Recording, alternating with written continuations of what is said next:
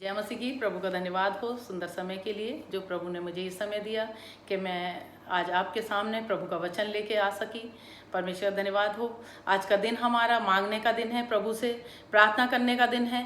पहले हम लोग प्रभु के भवन में आया करते थे, इकट्ठा हुआ करते थे, लेकिन हम अभी प्रभु के भवन में नहीं जा पा रहे हैं। अपने अपने घरों में इकट्ठा हैं और अपने अपने घरों में परिवार के साथ हम लोग प्रार्थना कर रहे हैं। परमेश्वर का धन्यवाद हो। आज मैं आपको प्रभु के वचन से प्रार्थना के विषय में 3 बातें बताना चाहती हूँ।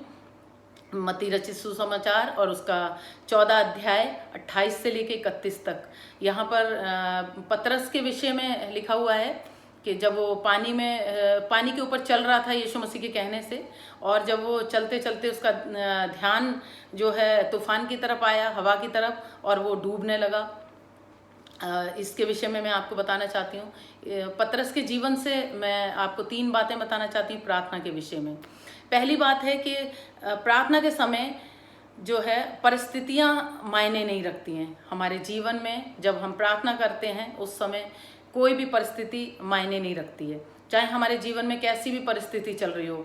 आज हमारे जीवन में जो परिस्थिति चल रही है, इस समय कोरोना वायरस का समय चल रहा है, लोग घरों में हैं, प्रभु के भवन में नहीं जा पा रहे हैं, लेकिन हम प्रभु का धन्यवाद करते हैं कि हम अपने घरों में प्रार्थना कर सकते हैं। और कोई भी, मैं बताना चाहती हूँ कि कोई भी परिस्थिति मायने नहीं रखती है। यहाँ पर जो पतरस की परिस्थिति थी वो पानी के अंदर बिल्कुल डूब रहा था। यदि यहाँ पर पढ़ें इसका 30 वचन यदि इसका पढ़ें तो यहाँ पर लिखा है, पर वह हवा को देखकर डर गया और पानी में डूबने लगा। उसने चिल्लाकर कहा, हे प्रभु मुझे बचाइए। यहाँ पर पतरस बिल्कुल डूबने वाला है और बिल्कुल उसको ये लग रहा है इस समय कि बिल्कुल मेरा जीवन का जो है अंत है, एकदम ऐसा लग रहा है उसको कि मैं मरने वाला हूँ।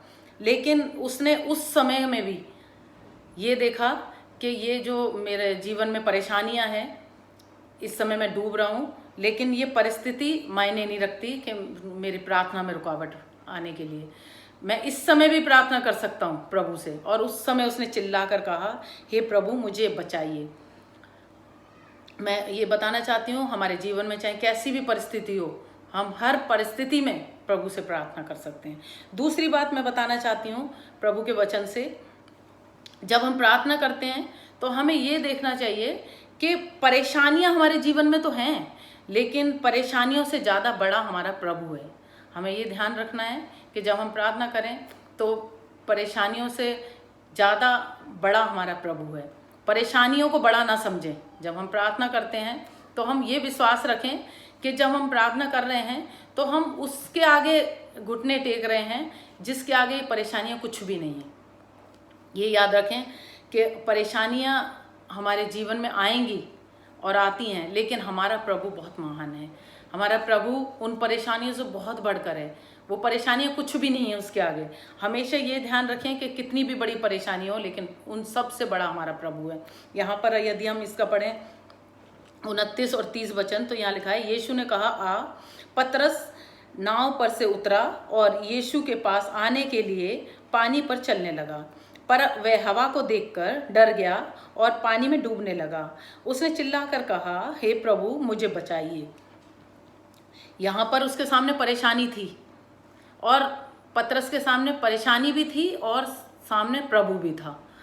उसने दोनों चीज़ को देखा कि परेशानी भी है मेरे सामने और प्रभु भी है मेरे सामने।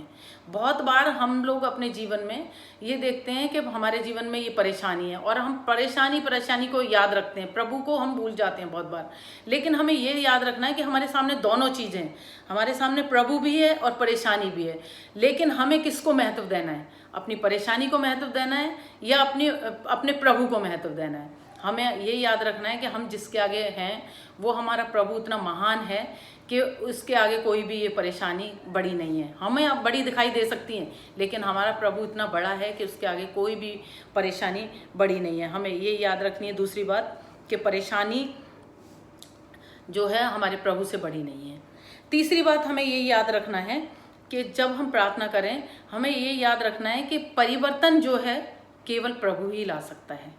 केवल प्रभु ला सकता है परिवर्तन। यहाँ पर जो है पतरस डूब रहा था और वो चिल्ला रहा था, लेकिन यहाँ पर यदि इसका वचन पढ़ें 31 और 32 तो यहाँ लिखा हुआ है, यीशु ने तुरंत हाथ बढ़ाकर उसे थाम लिया और उससे कहा, हे अल्पविश्वासी, तूने क्यों संदेह किया। जब वे नाव पर चढ़ गए तब हवा थम गई। यहाँ पर क्या था, तूफान आ गया था और वो डूबने लगा था पतरस, लेकिन यहाँ पर एकदम से परिस्थितियां बदल गईं। जैसे ही प्रभु ने उसका हाथ थामा और परिस्थितियां बदल गईं। हमें ये याद रखना है कि परिवर्तन जो है हमारे जीवन में वो प्रभु ही ला सकता है।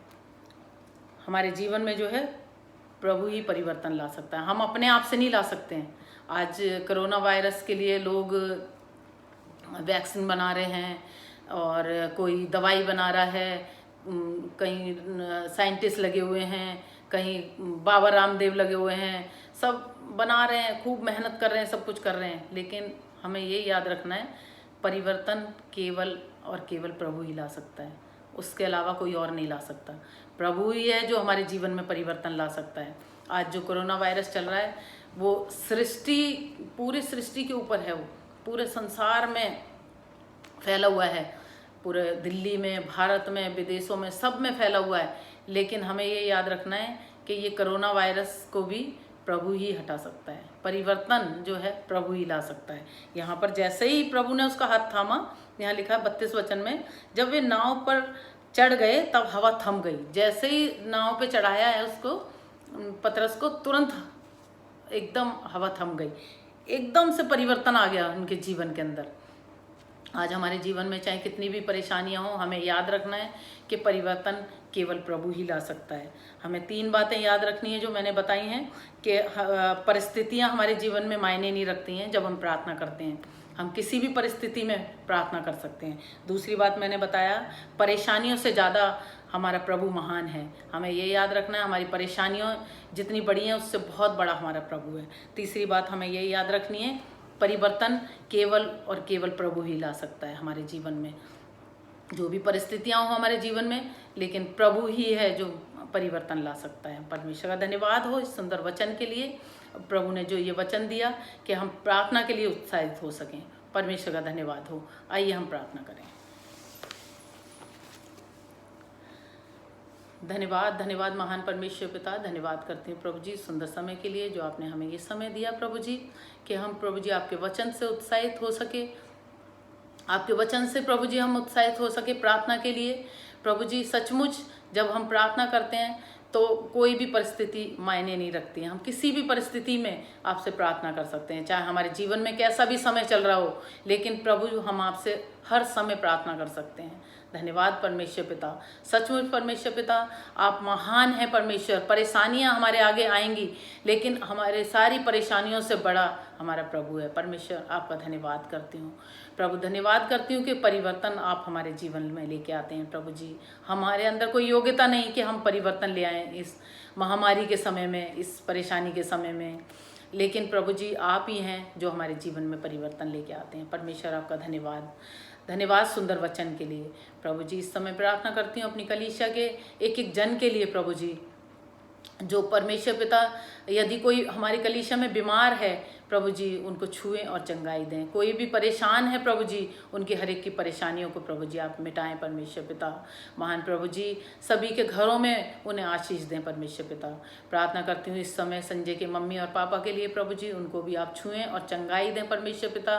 दोनों के ऊपर आप अपनी दया बना के रखें।